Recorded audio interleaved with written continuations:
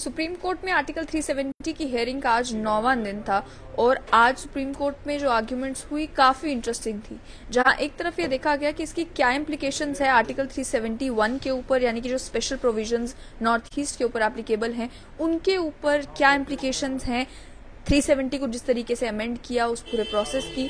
दूसरी ओर supreme court में examples दी गई पाकिस्तान की, और ये कहा गया कि पाकिस्तान में देखिए कि जब डेमोक्रेसी के साथ छेड़छाड़ हो रही थी तो वहां के सुप्रीम कोर्ट ने, वहां के हाई कोर्ट ने क्या कुछ किया। और वहीं तीसरी ओर ये भी आर्गुमेंट्स चले कि अगर कॉन्स्टिट्यूएंट असेंबली को क्या रिकंस्ट्रक्ट किया जा सकता है, दोबारा से एग्जिस्टेंस में लाया जा सकता है, लाया जाएगा तो उसके क्या रिपरकशंस हो सकते हैं। ये सारी आर्ग्यूमेंट्स जो है वो आज सुप्रीम कोर्ट में हुई। डिटेल में आपके साथ शेयर करेंगे कि सुनवाई क्या हुई, उसमें जो अलग अलग वकील थे उन्होंने क्या आर्ग्यू किया, और साथ ही में जो चीफ जस्टिस ऑफ इंडिया हैं उनके क्या रिमार्क्स थे, उनकी क्या ओरल ऑब्जर्वेशंस थी इस पूरे मामले को लेकर।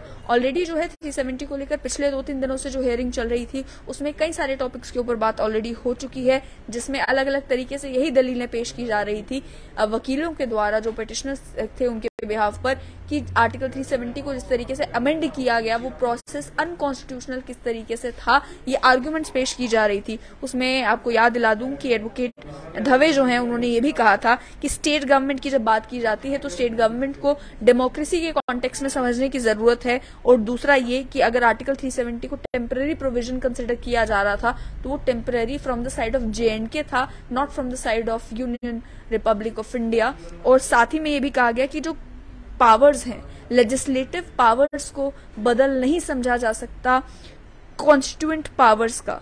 तो ये चीजें जो हैं ये ऑलरेडी आर्ग्यू हो चुकी हैं। आज जब बहस शुरू हुई तो आज सीनियर एडवोकेट नित्या रामाकृष्णन है जिन्होंने आर्ग्यूमेंट शुरू की, जिन्होंने अपनी पुरानी आर्ग्यूमेंट्स को कंटिन्यू किया, और उसमें उन्होंने कहा कि स्पोकन और अनस्पोकन अजम्पशन यही जो बार बार दी जा रही है कि आर्टिकल 370 टेम्पररी था, लेकिन ये जो सोचना है ये एरोनियस है, मतलब गलत सोच है। ये इंटीग्रेशन जो है, इंटीग्रेशन का मतलब, किसी भी इलाके की इंटीग्रेशन का मतलब ये नहीं है कि केंद्र का कितना ज्यादा कंट्रोल किसी एक इलाके पर है। ऐसे अगर सोचा जाए फिर ये सोचना गलत होगा, क्योंकि डेमोक्रेसी के कॉन्टेक्स्ट में ये नहीं कहा जा सकता कि यूनियन टेरिटरीज जो हैं वो इंडिया के साथ ज्यादा इंटीग्रेटेड हैं और जो एरिया 6 शेड्यूल में आते हैं वो कम इंटीग्रेटेड है। जब एक बार किसी भी एक टेरिटरी के लोगों ने एक्सीड कर लिया तो उसके बाद वो भारतीय हो गए, बात यहीं पे खत्म हो जाती है। और सिख रेजिमेंट जब तक कश्मीर पहुंचा उससे पहले ही कश्मीर में घाटी में लोगों ने जो है वो इंट्रूडर्स से, यानी कि वो जो कबायलियों का हमला हुआ था, इंट्रूडर्स से लड़ाई लड़ी थी। कई लोगों ने अपनी जान भी गंवाई। ये आर्गुमेंट पेश की गई कि हमें इंतजार नहीं करते रहना है कि कब हम कहेंगे कि JNK इंटीग्रेट हो गया।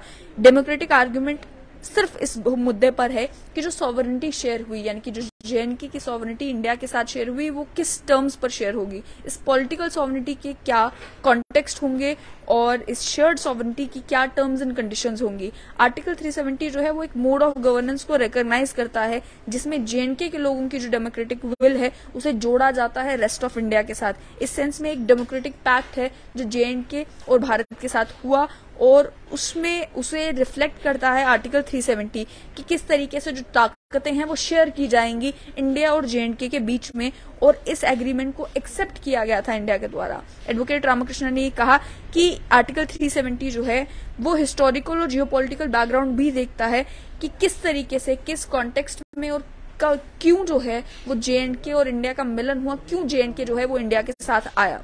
जो शेयर्ड सॉवरेनिटी है वो चेक्स एंड बैलेंसेस की बात करता है। आर्टिकल 370 क्लियरली स्टेट करता है कि केंद्र की क्या पावर्स होंगी और JNK की क्या पावर्स होंगी। जो JNK के लोगों की विल है, यानी कि वो जो चाहते हैं वो 370 में रिफ्लेक्ट होता है। मैं इस चीज को एंडोर्स नहीं कर सकती कि जो इंटायर आर्टिकल है वो खत्म हो चुका है। 370 का सबसेक्शन 1 जो है वो सर्वाइव कर रहा है, और एक गवर्नर जिसे काउंसिल ऑफ मिनिस्टर्स एडवाइस ना कर रहे हों उसे रिकॉग्नाइज 370 करता ही नहीं है। उसी के चलते कोई भी कॉन्स्टिट्यूंट ऑर्डर अगर इशू किए जाते हैं प्रेसिडेंट्स रूल में तो वो कॉम्पिटेंट नहीं है। मैंने पहले भी चेक किया, पिछले 70 सालों में जितने भी 5 कॉन्स्टिट्यूशनल ऑर्डर्स इशू किए गए हैं वो या तो प्रेसिडेंट्स रूल में किए गए हैं या गवर्नर्स रूल में किए गए हैं। एक 1986 में, और उसके बाद 4 जो है उसके बाद 1990 से लेकर 1996 के बीच जो है वो इशू किए गए हैं। फंक्शन जो है वो एक ड्यूटी है, पावर एक डिस्क्रेशन है, एक ताकत जो एक रिस्पॉन्सिबल स्टेट गवर्नमेंट को दी गई थी, उसे अचानक से आर्टिकल 356 के तहत ओवरटेक नहीं किया जा सकता, क्योंकि आर्टिकल 356 सबसर्विएंट है आर्टिकल 370 का, ये आर्ग्यू किया गया। साथ ही में एडवोकेट रामकृष्णन ने ये भी कहा कि एक रिस्पॉन्सिबल स्टेट जो है, स्टेट गवर्नमेंट की भी जो कंसेंट है वो भी सफिशिएंट नहीं है इस आर्टिकल की टर्म्स एंड कंडीशंस को चेंज करने के लिए। ये ताकत केवल और केवल कॉन्स्टिट्यूएंट असेंबली के पास है। कॉन्स्टिट्यूएंट असेंबली की एक्सक्लूसिव एजेंसी है कि वो जेएनके को रिप्रेजेंट करे इस मामले में। जो रिकमेंडेशन है वो केवल उसी तरीके की बॉडी दे सकती है जो कि कॉन्स्टिट्यूएंट असेंबली के बराबर हो, मैंडेट में भी और स्टैचर में भी। आज 1957 के बाद कोई ऐसी एजेंसी जो है वो एग्जिस्ट नहीं करती जो जेएनके की कॉन्स्टिट्यूएंट असेंबली के बराबर हो। कोई ये सोचना भी जरूरी है कि जो भी एजेंसी ये फैसला जेएनके के लोगों के बिहाफ पर करती, वो केंद्र की तो हो ही नहीं सकती थी।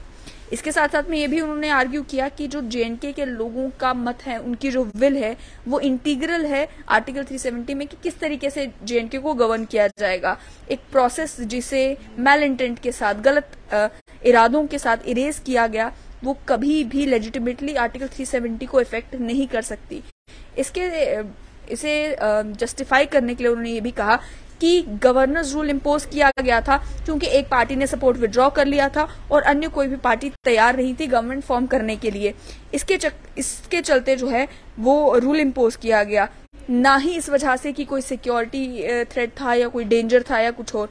लेकिन क्या कारण है कि गवर्नर जो हैं उन्होंने 30 मिनट के अंदर अंदर हाउस को डिसॉल्व कर दिया, जब दो पॉलिटिकल पार्टी सामने आकर ये कह रही थी कि हम तैयार हैं सरकार बनाने के लिए। और ये सारा मैटर जो है वो ऑन द रिकॉर्ड है।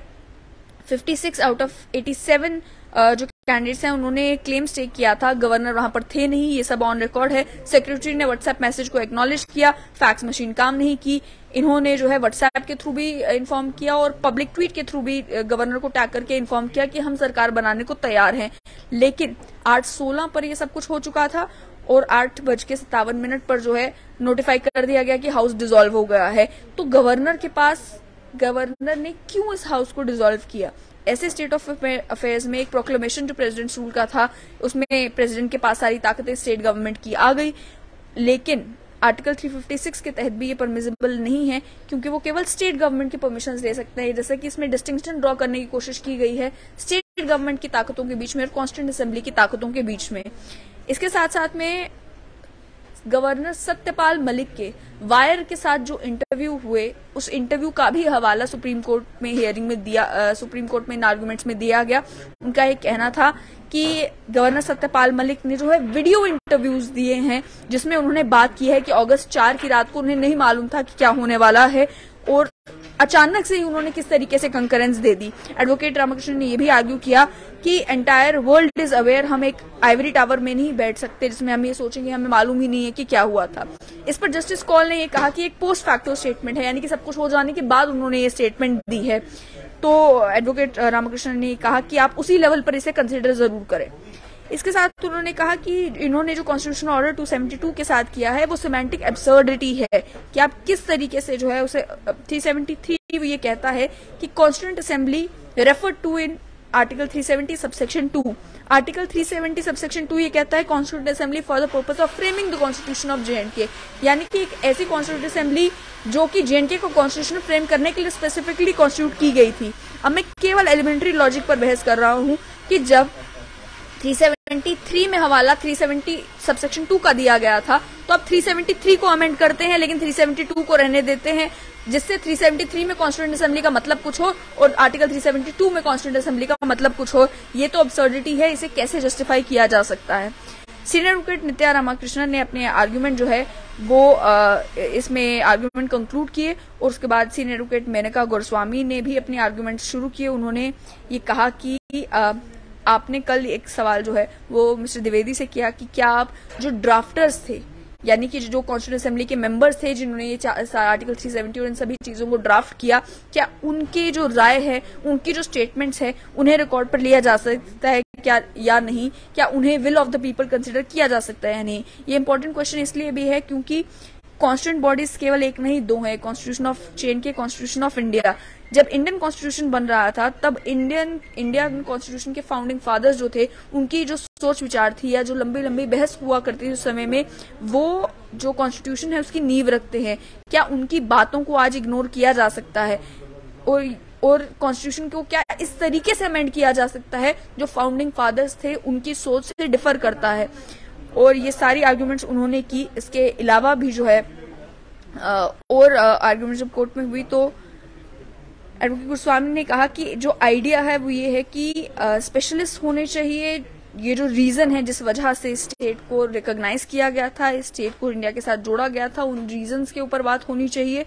और साथ ही में ये कहा गया कि साथ ही में एडवोकेट मनीष तिवारी जो हैं उन्होंने भी आर्गुमेंट पेश किया। उन्होंने कहा कि अंडरलाइंग प्रिंसिपल जो ऑटोनॉमी का है आर्टिकल 370 में और आर्टिकल 371 में, यानी कि 370 जो जेएनके के कॉन्टेक्स्ट में और आर्टिकल 371 जो स्पेशल प्रोविजंस देता है अलग अलग स्टेट्स को, यूनियन टेरिटरीज को और स्पेसिफिकली नॉर्थ ईस्ट को, उसमें कहा गया कि अंडरलाइंग प्रिंसिपल दोनों का सेम है। तो जो भी आप फैसला आज 370 के मामले में लेते हैं उसकी इम्प्लीकेशंस होगी आर्टिकल 370 में भी। एडवोकेट मनीष तिवारी ने यह भी कहा कॉन्स्टिट्यूशन ऑफ इंडिया केवल एक पॉलिटिको लीगल कॉम्पैक्ट नहीं है बल्कि नेशनल सिक्योरिटी इंस्ट्रूमेंट भी है, जिससे इंडिया के अलग अलग पेरिफेरल एरियाज को यूनिफाई करने का काम जो है वो कॉन्स्टिट्यूशन करता है। और नेशनल सिक्योरिटी केवल हार्ड पावर का इस्तेमाल करने का नाम नहीं है, आपको कॉन्स्टिट्यूशनल गारंटीज भी देनी पड़ती है अलग अलग स्टेट्स को, यूनियन टेरिटरीज को और रीजन्स को, ताकि आप उन्हें अपने साथ जोड़ कर रख सके, क्योंकि हम एक रिपब्लिक बिल्ड कर रहे हैं। इसी के चलते ये कहा गया कि this is how article 370 applies to J N K. Article 371 जो है वो 6 सब पार्ट्स पर अप्लाई करता है, जिसमें नॉर्थ ईस्ट है और 6 शेड्यूल की जो स्टेट्स हैं। कुछ भी एप्रीहेंशन कि जो पेरिफेरी ऑफ इंडिया में एरियाज हैं उनके जो स्लाइट एप्रीहेंशंस हैं उसकी वजह से जो है उसके कॉन्सिक्वेंसेस बहुत डेंजरस हो सकते हैं। कहा गया आप खुद ही देख सकते हैं कि मणिपुर में क्या हो रहा है, ये एडवोकेट तिवारी ने आर्ग्यू किया। इस पर सॉलिसिटर जनरल तुषार मेहता ने ये कहा कि मुझे इंस्ट्रक्शंस दी गई हैं कि मैं बताऊं कि टेम्पररी प्रोविजन जो आर्टिकल 370 है और स्पेशल प्रोविजन जो with regards to north east है, दोनों में बहुत अंतर है, दोनों में बहुत फर्क है। इसके चलते कहा गया सॉलिसिटर जनरल के द्वारा केंद्र सरकार की कोई इंटेंशन नहीं है नॉर्थ ईस्ट को जो स्पेशल प्रोविजंस दिए गए हैं उन्हें हाथ लगाने की या उन्हें छेड़ने की, या अन्य रीजन्स को जो स्पेशल प्रोविजंस दिए गए हैं उसके साथ किसी भी तरीके की छेड़छाड़ करने की। ये जो सबमिशन है इसकी वजह से जो है पोटेंशियल मिसचीफ हो सकती है। ऐसी कोई एप्रीहेंशन नहीं है, ऐसी एप्रीहेंशन क्रिएट करने की भी कोई जरूरत नहीं है, ये सॉलिसिटर जनरल तुषार मेहता ने कहा। एडवोकेट तिवारी ने कहा कि मैंने अब की सेंट्रल गवर्नमेंट की बात नहीं की कि अभी जो सेंट्रल गवर्नमेंट है वो क्या चाहती है क्या नहीं चाहती, मैं बात कर रहा हूं प्रिंसिपल की कि आप एक प्रेसिडेंट जो सेट कर देते हैं कि अगर आप एक चीज 370 के कॉन्टेक्स्ट में कर सकते हैं तो 371 के कॉन्टेक्स्ट में क्यों नहीं कर सकते।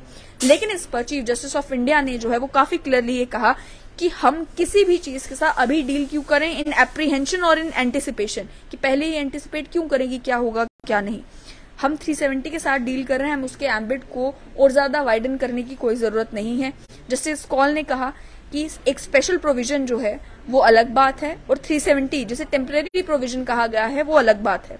सीजेआई ने दोबारा से ये कहा कि as a constitution principle, solicitor general ने जब एक बार कह दिया कि सरकार की कोई इंटेंशन नहीं है, then why should we apprehend this at all. CJI ने यह भी कहा कि हमें इस टेरिटरी में जाने की जरूरत ही नहीं है कि एब्रोगेशन का इम्पैक्ट क्या होगा। आपने अपना पॉइंट रखना था, अपना पॉइंट रख दिया, हम नॉर्थ ईस्ट पर इस तरीके से फोकस नहीं करेंगे। एप्रीहेंशन जो हो सकती थी वो सेंट्रल गवर्नमेंट ने ऑलरेडी जो है उसको लेकर जवाब दे दिया है। जस्टिस गवई ने कहा कि स्पेशल प्रोविजंस तो महाराष्ट्र के केस में भी है, लेकिन हम अभी बात केवल और केवल आर्टिकल 370 पर कह रहे हैं। अगर आपके पास 370 के ऊपर कहने के लिए कुछ नहीं है तो हम और आगे बात क्यों सुने। इस मामले को सॉलिसिटर जनरल की स्टेटमेंट को ऑन रिकॉर्ड रखकर ही खत्म कर दिया जाए। इसके बाद जो है आगे बात हुई। सीजेआई ने कहा कि जो एप्लीकेंट है वो अपनी सबमिशन मिस्टर तिवारी के थ्रू सामने रख रहे हैं, तो आप जो कॉन्स्टिट्यूशन जेएनके का है और जो कॉन्स्टिट्यूशन प्रोविजन जेएनके के रिगार्ड्स में है उसी पर आप बात करें। नॉर्थ ईस्ट को लेकर जो है अलग स्पेशल प्रोविजन है, उन पर बात करने की जरूरत नहीं है। ये सबमिट किया जाता है कि इंटरप्रिटेशन इस कोर्ट की जो है वो केवल 370 के मामले पर होगी। आप ये सबमिट कर रहे हैं कि 370 को लेकर हम जो फैसला लेंगे उससे अलग प्रोविजंस पर भी असर पड़ सकता है, लेकिन उसको लेकर सॉलिसिटर जनरल ने ऑलरेडी कह दिया कि यूनियन गवर्नमेंट की ऐसी कोई मंशा, ऐसा कोई इरादा नहीं है। इस केस को हम आर्टिकल 370 के साथ ही जोड़कर रखेंगे और कोई कॉमनैलिटी ऑफ इंटरेस्ट जो है वो कोई कॉमनैलिटी ऑफ इंटरेस्ट इन दोनों मामलों में नहीं है। सॉलिसिटर जनरल की स्टेटमेंट आ चुकी है, उसकी वजह से सभी एप्रीहेंशंस खत्म हो जानी चाहिए। अब आगे एडवोकेट वरीशा फरासत, उन्होंने भी जो है आर्ग्यू किया यूनिक फेडरलिज्म को लेकर कि जो इंडिया का यूनिक फेडरलिस्ट स्ट्रक्चर है उस पर बात की। उन्होंने कहा कि 3 पूर्व चीफ मिनिस्टर्स डिटेंशन में थे। Most of the legislative assembly जो कि will of the people exercise करते हैं, कुछ पीएसए के तहत गिरफ्तार थे, कुछ डिटेंशन में थे। ये दिस इज लाफेबल कि दिल्ली में मान लीजिए अगर सारी पॉलिटी या सारे पॉलिटिशियंस जो हैं उन्होंने सपोर्ट भी किया होता या वो लेजिस्लेटिव मेंबर्स रहे होते इसी तरीके से, उनके साथ ये सब किया होता तो तब इसे आप किस तरीके से देखते। उसके बाद एक और इंटरवीनर जो है उन्होंने अपनी आर्ग्यूमेंट्स कमेंट्स की। उन्होंने कहा कि 370 जो एक सेल्फ कंटेन्ड प्रोविजन है, इंस्ट्रूमेंट ऑफ एक्सेशन जो है वो आर्टिकल 370 का ही हिस्सा है। 370 कॉन्स्टिट्यूशनल एक्सप्रेशन देता है इंस्ट्रूमेंट ऑफ एक्सेशन को। एक पिटिशनर थे, उन्होंने कहा कि मैं इंडियन पॉलिटी जो है जेएनके में स्टूडेंट्स को पढ़ाता हूँ, मेरे लिए बहुत मुश्किल हो गया ये चीज समझाना कि इतने ब्यूटीफुल कॉन्स्टिट्यूशन में और इतनी ब्यूटीफुल डेमोक्रेसी में ये क्या चीज है जो पोस्ट अगस्त 5 2019 हुई है। अचानक से आधी रात को कर्फ्यू लगा दिए गए, लीडर्स को जेलों में भर दिया गया। वो अपने आर्ग्यूमेंट पेश कर ही रहे थे कि इतने में चीफ जस्टिस ऑफ इंडिया ने कहा कि आप अपने पॉइंट्स को जल्दी फॉर्मुलेट करें, क्योंकि बहुत सारे और लोग हैं जो अपने आर्ग्यूमेंट्स बनाने का इंतजार, अपने आर्ग्यूमेंट सामने पेश करने का इंतजार कर रहे हैं। मिस्टर शंकर नारायण जो है वो पिछले 12 दिन से इंतजार कर रहे हैं। तो आगे जो है इसी तरीके से कई सारे अदर इंडिविजुअल्स थे जिन्होंने कोर्ट के सामने अपनी बात पेश की, लेकिन लंच के बाद जब दोबारा से सुप्रीम कोर्ट में सुनवाई शुरू हुई, सीनियर एडवोकेट गोपाल शंकर नारायण थे जिन्होंने आर्ग्यूमेंट्स पेश करना शुरू किए और उन्होंने कहा कि जिस तरीके से हम इसे देख रहे हैं ये मामला केवल और केवल कश्मीरियों का नहीं है, बल्कि इससे और कई सारे अब्यूजेस जो एग्जीक्यूटिव के ऊपर हो सकते हैं उसका एक पेंडोरास बॉक्स खुल गया है। ये कहा गया कि एक प्रिंसिपल है जो ये बताता है कि आप अगर किसी के भी राइट्स, किसी के भी हकों को किसी भी तरीके से कुचलने की कोशिश की जा रही है तो आपको ऐसी कोशिशों को शुरुआत में ही रोक देना है। ये जो एक कोशिश की जा रही है, ये एक ऐसी चीज को इंक्रोच करने की कोशिश की जा रही है जिसे हम सब पसंद करते हैं, जिसे हम सब चेरिश करते हैं, वो है हमारा कॉन्स्टिट्यूशन। सीजेआई ने कल जो है यूटीज के बैकग्राउंड की बात की, तो एनडीएमसीज में जो पैरा 8 से 19 है उसमें एंटायर बैकग्राउंड और सीक्वेंस जो है कि हम किस तरीके से यूटीज इंडिया में क्रिएट हुई, वो सारी चीजें उसमें मेंशन है। मिस्टर द्विवेदी ने आर्ग्यूमेंट की कि आर्टिकल 370 सर्वाइव नहीं कर पाया, लेकिन योर लॉर्डशिप्स आपने कहा है कि कॉन्स्टिट्यूशनल प्रैक्टिस जो है वो उसे ट्रम्प करती है।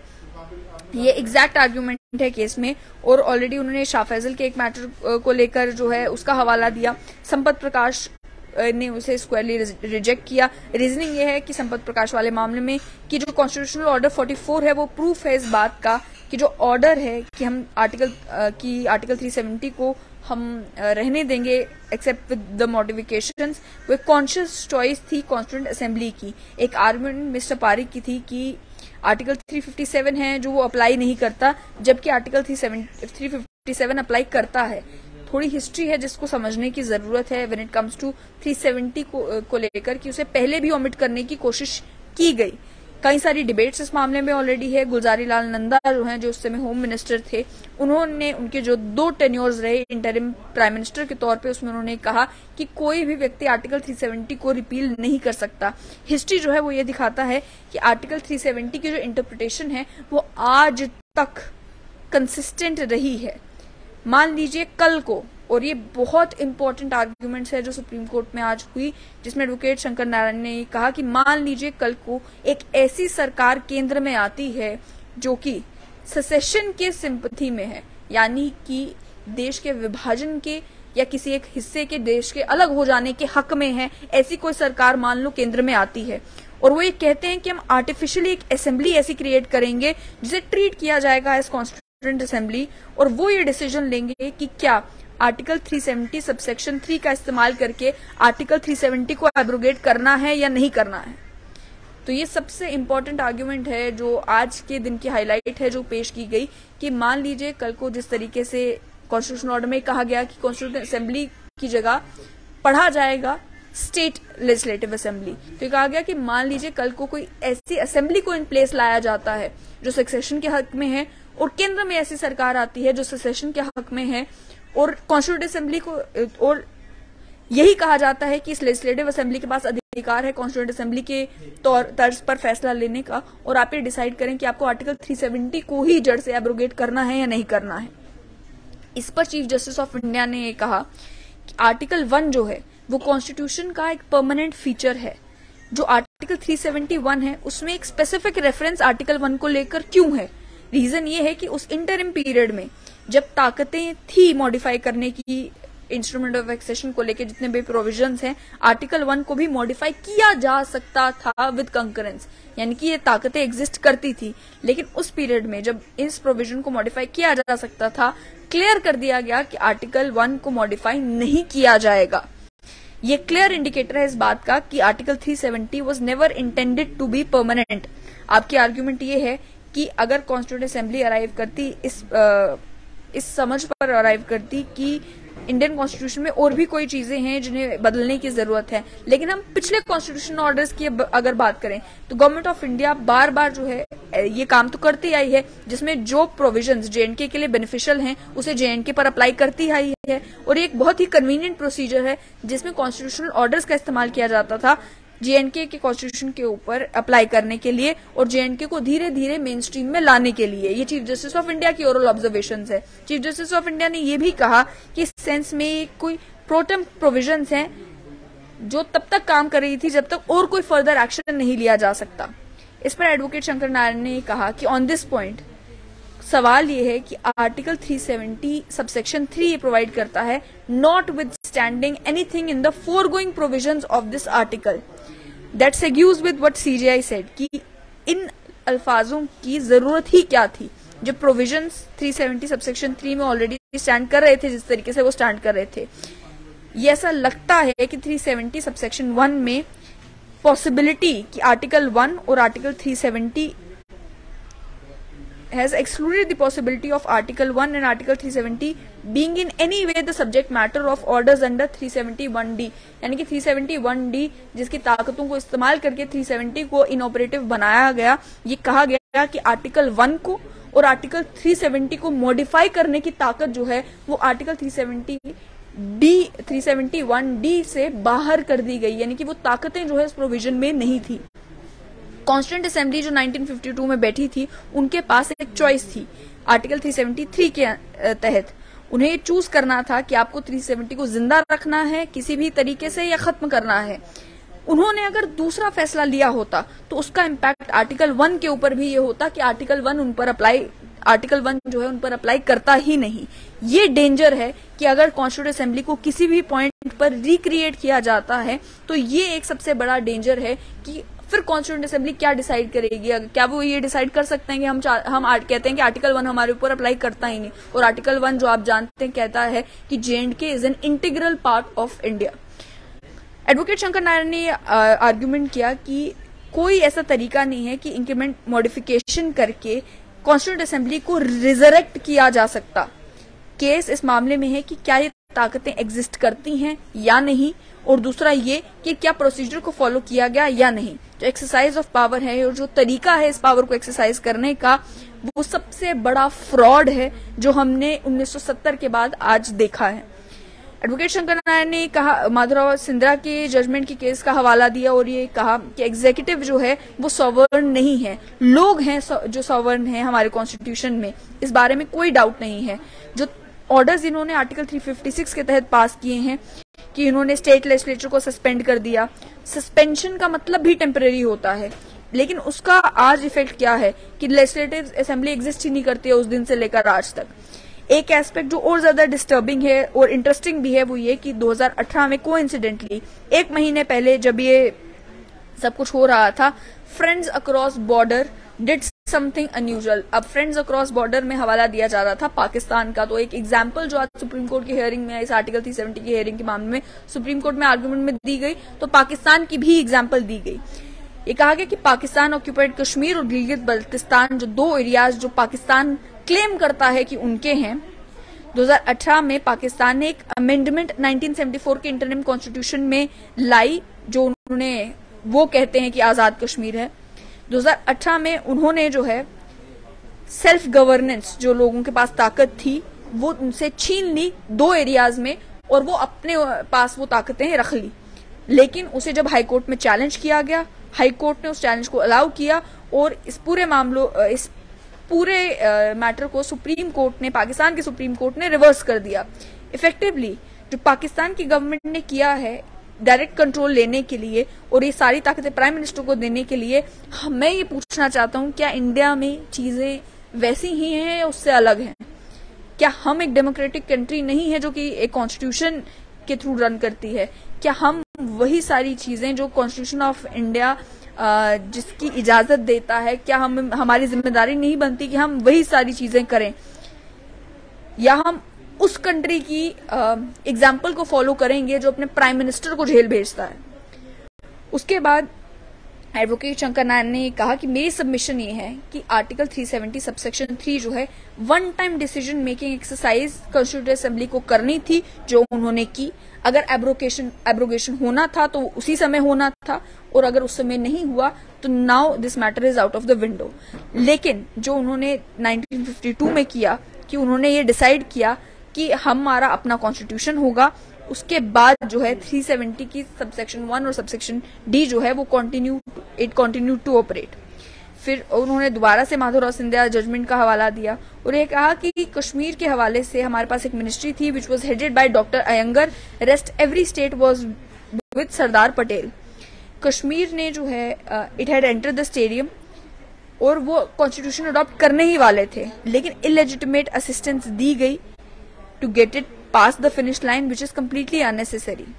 इस पर चीफ जस्टिस ऑफ इंडिया की ओरल ऑब्जर्वेशन ये हैं कि क्या हम आर्टिकल 370 को 2 टर्मिनल पॉइंट्स के हवाले से नहीं देखा जा सकता। पहला ये जो क्लॉज 2 में कहा गया आर्टिकल 370 के formation of constituent assembly for framing the constitution, और दूसरा टर्मिनल ये आर्टिकल 373 जो दोबारा से कॉन्स्टिट्यूएंट असेंबली की रिकमेंडेशन की बात करता है।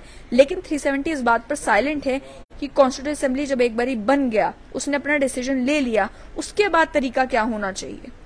अगर उस मामले में 370 में कंप्लीट साइलेंस है और 370 ने it has worked itself out, clause 1 के रिलेटेड भी और क्लॉज 2 के रिलेटेड भी और क्लॉज 3 के रिलेटेड भी, ऐसे केस में तो 2 ही ऑप्शंस है। आपकी लाइन ऑफ थिंकिंग ये कहती है कि constitution of JNK fills the void. The other view possibly is that can the constitution of a federated unit ever rise above the source of the federating unit. ये भी बहुत ही important oral observation आज supreme court की है कि क्या constitution of JNK जो है, जो कि ताकतें डिराइव करता है कॉन्स्टिट्यूशन ऑफ इंडिया से, क्या constitution of JNK constitution of India पर हावी हो सकता है? क्योंकि एक फेडरल यूनिट अगर JNK को कंसिडर किया जाए तो जो सोर्स है उस फेडरेटिंग यूनिट का, उससे ऊपर क्या कॉन्स्टिट्यूशन ऑफ JNK हो सकता है। चीफ जस्टिस ऑफ इंडिया ने कहा कि टर्मिनल पॉइंट 370 का अगर कॉन्स्टिट्यूएंट असेंबली का काम है तो क्या ये नेसेसरी नहीं है कि कॉन्स्टिट्यूएंट असेंबली का काम JNK को लेकर जो है उसे एक कॉन्स्टिट्यूशन में एम्बॉडी करके उसे ऑपरेशनल किया जाए। लेकिन इस पर एडवोकेट शंकर नारायण ने आर्ग्यू किया कि ये नेसेसरी नहीं है क्योंकि इसको लेकर ऑलरेडी कॉन्स्टिट्यूशन में कुछ मेंशन्ड नहीं है। CJI ने कहा कि इफ 370 वर्क्स इटसेल्फ आउट, तो उस पर एडवोकेट शंकर नारायण ने कहा कि इफ 370 वर्क्स इटसेल्फ आउट, यानी कि अगर वो खत्म हो गया जिस समय कॉन्स्टिट्यूएंट असेंबली खत्म हो गई तो उसे छुआ नहीं जा सकता। लेकिन CJI ने कहा कि अगर एक टेक्स्ट ने खुद अपना सेल्फ लिमिटिंग कैरेक्टर बताया है कि whole operation of 370 has to come to an end once the constituent assembly comes to an end, तो क्या ये इस बात का एविडेंस नहीं है कि 370 एक सेल्फ लिमिटिंग इंस्ट्रूमेंट बन के रह जाता है जब कॉन्स्टिट्यूएंट असेंबली खत्म हो जाती है? तो क्या हम ये कह सकते हैं कि हमारे कॉन्स्टिट्यूशन को हमें इस तरीके से पढ़ना है जिसमें कॉन्स्टिट्यूशन ऑफ JNK ओवरराइड करता है इंडियन कॉन्स्टिट्यूशन को, और कॉन्स्टिट्यूशन ऑफ JNK को इस तरीके से फ्रेम किया गया है कि दो the constitution of JNK framed it's relationship with union of India, यानी कि हालांकि JNK कॉन्स्टिट्यूशन ने अपना जो ताल्लुक यूनियन ऑफ इंडिया के साथ होगा उसे फ्रेम किया है, लेकिन जब तक इंडियन कॉन्स्टिट्यूशन उसे एम्बॉडी नहीं करता, उसे अपनाता नहीं है, तब तक वो क्या इंडियन पार्लियामेंट को, इंडियन एग्जीक्यूटिव को या इंडियन स्टेट को बाइंड कर सकता है या नहीं। इस पर एडवोकेट इस पर एडवोकेट शंकर नारायण ने कहा कि एक सिंपल रीजन है कि जब इंडियन कॉन्स्टिट्यूशन ने कॉन्स्टिट्यूएंट असेंबली को रिकॉग्निशन दे दी, क्योंकि एक ही स्टेट थी पूरे देश में जिसने ये कहा कि हम एक कॉन्स्टिट्यूएंट असेंबली बनाएंगे जिससे ताकत दी जाएगी कि वो क्लॉज को एब्रोगेट कर सकते हैं या नहीं कर सकते हैं, तो आपने उस कॉन्स्टिट्यूएंट असेंबली को भी रिकॉग्निशन दी है और वो जो काम कर रहे हैं उसे भी कॉन्स्टिट्यूशन ने रिकॉग्नाइज किया है। इस पर सीजेआई ने कहा कि क्या इसका मतलब यह है कि कॉन्स्टिट्यूएंट असेंबली जेएनके की जो कुछ भी कहेगी या जो कुछ भी करेगी वो बांध देता है पार्लियामेंट को भी और पार्लियामेंट की ताकतों को भी। सीजेआई ने कहा कि आइडिया ये था कि जेएनके को धीरे धीरे मेन स्ट्रीम में लाना है। इस पर एडवोकेट शंकर नारायण ने कहा कि वो सब तो हो चुका है ऑलरेडी। फिर एडवोकेट शंकर नारायण ने आर्ग्यू किया कि जेएनके का जो कॉन्स्टिट्यूशन है वो बार बार कॉन्स्टिट्यूशन ऑफ इंडिया को रेफर करता है। जितने कॉन्स्टिट्यूशनल ऑर्डर्स इशू किए गए हैं वो बार बार कॉन्स्टिट्यूशन ऑफ जेएनके को रेफर करते हैं। तो ये एक ब्रिज है और उसे एक्नॉलेज किया जाता है कॉरेस्पॉन्डेंस में भी, जो भी दोनों कॉन्स्टिट्यूशन में अमेंडमेंट होती है या दोनों कॉन्स्टिट्यूशन में लेकर जब बात होती है तो इस ब्रिज को एक्नॉलेज किया जाता है। एडवोकेट शंकर नारायण ने इससे पहले जो कोशिशें की गई इंडियन पार्लियामेंट के द्वारा आर्टिकल 370 को एब्रोगेट करने की उसका हवाला दिया और गुलजारी लाल नंदा की जो स्टेटमेंट है उसे कोर्ट के सामने पढ़ा। ये कहा कि आर्टिकल 370 क्लॉज 1 सबसेक्शन डी जो है वो एक इकलौता तरीका था जिसे एब्रोगेशन हो सकती थी। What they would have to do is 1 they would have to get rid of provision under article 368, यानी कि जो पूछा जा रहा था बार बार कोर्ट में कि अगर 371D में की ताकतों का इस्तेमाल किया ही नहीं जा सकता था तो 370 को हटाने का फिर तरीका क्या है। तो उस पर एडवोकेट शंकर नारायण ने कहा कि पहले आपको आर्टिकल 368 का जो प्रोविजो है उसे खत्म करना है। लेकिन इस पर जस्टिस कौल ने कहा कि आपको सिर्फ ये बताना है कि जो किया गया वो सही था या नहीं, आपको सोल्यूशन देने की जरूरत नहीं है। ये इंटरेस्टिंग इस वजह से है क्योंकि इससे पहले जब आर्गुमेंट सुप्रीम कोर्ट में हुई तो बार बार यही पूछा गया कि आप बताएं कि तरीका क्या है, अगर ये तरीका नहीं है तो फिर तरीका क्या है। आज जब तरीका बताने की कोशिश की गई तो उस पर जस्टिस कौल ने कहा कि आप सोल्यूशन ना दें, आप बस ये बताएं कि जो प्रोसेस किया गया वो सही था या नहीं। फिर एडवोकेट शंकर नारायण ने आर्ग्यू किया कि एक लेजिटिमेट तरीका है और उनको मालूम था कि लेजिटिमेट तरीका क्या है। हमें बार बार इस पर विचार नहीं करना चाहिए कि ये जो प्रोविजन है वो टेम्परेरी है, क्योंकि बहुत सारे अन्य प्रोविजंस भी कॉन्स्टिट्यूशन के हैं आउटसाइड पार्ट XX1 जो कि टेम्परेरी इन नेचर हैं। उन्होंने अन्य कॉन्स्टिट्यूशन के प्रोविजंस की बात की जो टेम्परेरी हैं, गिनाया कि कॉन्स्टिट्यूशन में ये प्रोविजन भी टेम्परेरी है, ये प्रोविजन भी टेम्परेरी है, जिस पर चीफ जस्टिस ऑफ इंडिया ने कहा कि आर्टिकल 73 क्लॉज 2 जो है ये टेम्परेरी प्रोविजंस नहीं है, ये प्रोविजंस हैं जो कंटिन्यू करेंगे जब तक पार्लियामेंट कोई और कानून नहीं बनाता। लेकिन इस पर एडवोकेट शंकर नारायण ने कहा कि सिमिलर टू आर्टिकल 373 एक्शन जो है वो कॉन्स्टिट्यूएंट असेंबली को लेना है, लेकिन वो हुआ नहीं। तो यहाँ पर भी पार्लियामेंट को लॉ बनाना है, लेकिन पार्लियामेंट ने लॉ बनाया नहीं। तो ये दोनों चीजें एक बराबर मानी जा सकती हैं। एक मीटिंग ऑफ माइंड होता है जिसमें आप डिसाइड करते हैं कि क्या चीजें जो है वो सरकार के पास ताकतें हैं करने की और क्या चीजें हैं जो अन्य लोगों के पास ताकतें हैं करने की। यही जो है उसमें उन्होंने साइड स्टेप किया है और जो इन्होंने कॉन्स्टिट्यूशन के साथ किया है वो एक भद्दा मजाक है। ये कोई एग्जीक्यूटिव का ऑर्डर नहीं है, ये कॉन्स्टिट्यूशनल अमेंडमेंट है जो की गई है। आर्टिकल 367 को मिसयूज किया गया है। जो कुछ भी आर्टिकल 368 क्लॉज 2 में लिखा गया है उसमें कहा गया है कि आधी स्टेट्स की जरूरत है कंसेंट देने की। वो सारी चीजें इन्होंने 367 का इस्तेमाल करके ही कर ली और ये कहा कि just say that this provision reads as this. कल को उन्होंने कहा कि मान लीजिए कि जो वर्ड पर्सन है आर्टिकल 21 में, जो कि आर्टिकल 21 आप जानते हैं कि फंडामेंटल राइट्स की बात करता है, आर्टिकल 21 में पर्सन को कह दिया जाए कि इसे इंटरप्रेट किया जाएगा person accused of an offence. In article 367 मैं एक इंटरप्रिटेशन क्लॉज डाल दूंगा जिसमें कहा जाएगा कि पर्सन को बदल के पर्सन को पढ़ा जाए person accused of an offence. तो जितनी भी ताकतें, जितनी भी राइट्स आर्टिकल 21 देता है वो सारी तो फिर हवा में चलेगी। एडवोकेट शंकर नारायण ने यह भी आर्ग्यू किया कि 367 का इस्तेमाल करके जो phrase legislature of not less than half of the state could be red as Rajya Sabha और द लॉ मिनिस्टर, आप उसमें भी एक इंटरप्रिटेशन क्लॉज डाल सकते हैं। तो इस पर चीफ जस्टिस ऑफ इंडिया ने हंसते हुए कहा कि आप ये अलग अलग आइडियाज दे रहे हैं। एडवोकेट शंकर नारायण ने कहा कि आप कृपया करके थोड़ा मारे और इस सबको खत्म कर दें। जस्टिस हिदायतुल्लाह ने माधुराज सिंधिया केस में कहा था कि हमें एक्सट्रीम एग्जाम्पल सेट करनी होंगी ये टेस्ट करने के लिए कि ये क्या कर रहे हैं। मैं आपको तभी एक्सट्रीम एग्जाम्पल्स दे रहा हूं ये बताने के लिए कि अगर ये करने की इजाजत दी जाती है तो न जाने आगे क्या कुछ किया जाएगा। आप समझ सकते हैं कि 356 की ताकतों को किस तरीके से मिसयूज किया जा सकता है कुछ इरिवर्सिबल करने के लिए। यानी कि वो ये आर्गुमेंट कर रहे थे कि कल को किसी भी कॉन्स्टिट्यूशन के प्रोविजन को लेकर केवल एक इंटरप्रिटेशन क्लॉज डाल के उस कानून का मतलब ही बदला जा सकता है और उस कानून के तहत जो ताकतें दी जाती हैं, जो राइट्स दी जाती हैं या उसमें जो कॉन्स्टिट्यूशनल सेफगार्ड्स रखे गए हैं उसे बदला जा सकता है केवल एक इंटरप्रिटेशन क्लॉज डाल के। ये आर्ग्यूमेंट जो है एडवोकेट शंकर नारायण ने की, जो कि काफी सिग्निफिकेंट थी। ये कहा गया कि जो ओमिट किया गया वो ये कि आर्टिकल 356 क्लॉज 1 सबसेक्शन 1 केवल सरकार की जो फंक्शंस हैं वो प्रेसिडेंट को देता है, फंक्शंस नॉट पावर्स। जो what is provided under article 370 is not a function, it is a power. ये कहते हुए उन्होंने आज अपनी आर्ग्यूमेंट्स जो है वो कंक्लूड की। तो आज सुप्रीम कोर्ट में इसी मामले पर बहस हुई जिसमें 3-4 जैसे कि मैंने कहा कि सिग्निफिकेंट बातें ये, पहला ये कि केंद्र सरकार ने यह श्योर किया कि आर्टिकल 370 को आर्टिकल 371 से कंपेयर ना किया जाए। सरकार की कोई इंटेंशन आर्टिकल 371 में जो special provisions north east states को और अन्य स्टेट्स को दिए गए हैं उसे छेड़ने की कोई मंशा सरकार की नहीं है।